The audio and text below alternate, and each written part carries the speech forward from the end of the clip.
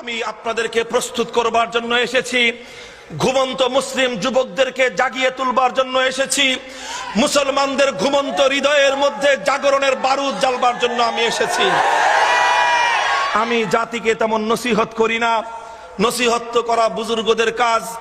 জাতিকে খুব উন্নত আমলের কথাও আমি বলি না, আমি নিজেরই আমল খুব ত্রুটিপূর্ণ।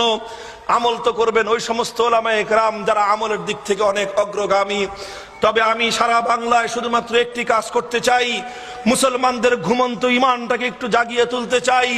মুসলিম জনপদগুলোতে যেই যুবকরা আজকে আব্রাহাম লিঙ্কনের গণতন্ত্র কায়েম করবার জন্য, অথবা মুসলমানদের যেই যুবকগুলো আজকে লেনিন মাওসেতুং এর সমাজতন্ত্র বাস্তবায়ন করবার জন্য নেতা নেত্রীদের পিছনে যারা তাদের যৌবনের এই শক্তি ব্যয় করছে, তারা যৌবনের উত্তাল তরঙ্গের এই রক্তকে যারা কারো ক্ষমতার সিঁড়ি হওয়ার জন্য আর কারো ক্ষমতার লাঠিয়াল হিসেবে ব্যবহৃত হয়ে যারা আজকে আমার জনপদগুলোতে মুসলিম জনপদ যুবকরা আজকে মিসইউজড হচ্ছে, সেই মুসলিম যুবক সমাজকে জাগ্রত করতে চাই।